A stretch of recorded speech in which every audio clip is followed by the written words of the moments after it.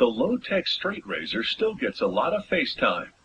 It can be reused endlessly, and it has a traditional appeal, one that actually dates back to ancient Egypt, when there were straight razors made of solid gold.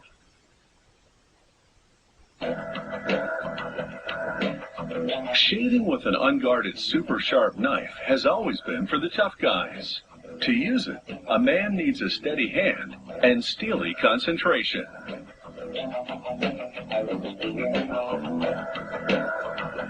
Production begins with steel cylinders heated in a furnace until they're soft and malleable. A forging hammer then pounds the cylinders into dies to shape them. A punch cutter trims the edges and cuts the shape into two blades. From a steel rod to a flat razor shape in just a few steps. The straight razors are then fed to another die one at a time. A weight forces the razor into the die, a process which both improves the shape and condenses the metal to strengthen it. Next, a worker dips a rack of about 50 blades in graphite powder, followed by molten lead.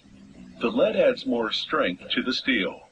He knocks off the lead, which slides off easily because of the graphite undercoat. The razor blades catch fire as he immerses them in oil to cool them. He transfers the blades to a sieve and tosses sawdust into it. The sawdust soaks up the oil and graphite residue. Then he shakes the sieve to sift it out. After a hardening treatment, it's into an oven to bake slowly. This gets rid of brittleness and relieves internal stresses. A technician then scrutinizes the razor to confirm that it's straight. If it's not, he hammers it straighter. Another worker grinds the blade, angling it down to the cutting edge using a series of abrasive wheels. He tests the edge against a thick metal band. It needs to be as thin as aluminum foil and strong yet flexible. The next worker brushes asphalt lacquer onto the blade and upper part of the handle or tang. This coating prepares the surface for laser etching. It allows the computerized laser beam to cut cleanly into the metal with no bleeding around the edges. So the trademark insignia and art look crisp. She paints a little more lacquer around the etching to prepare the blade for the next step, gold plating. She dips the blade in a mix of water and gold and runs a current of electricity through the mix. This causes the gold to gravitate to the exposed, unlacquered section of the blade and adhere to it. The lacquer has served its purpose, and she now cleans it off in a chemical bath to reveal the now glossy two-tone blade.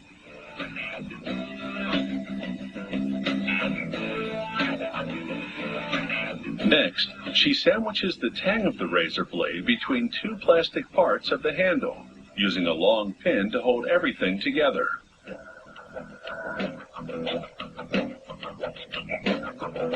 She then shortens the pin, caps it, and hammers the cap down to secure it. She now tests the installation.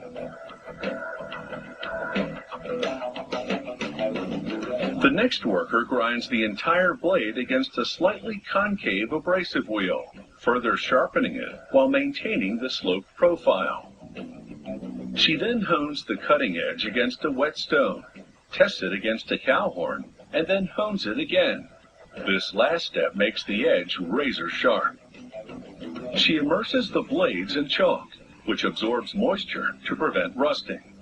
She now strokes the cutting edge against a leather strap.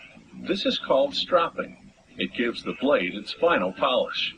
And now she removes a single artificial hair from a bundle and confirms that this straight razor is sharp enough to slice it in two. It takes a total of 80 different steps to manufacture a straight razor. We've just shown you the highlights. Properly maintained, a straight razor should last for decades.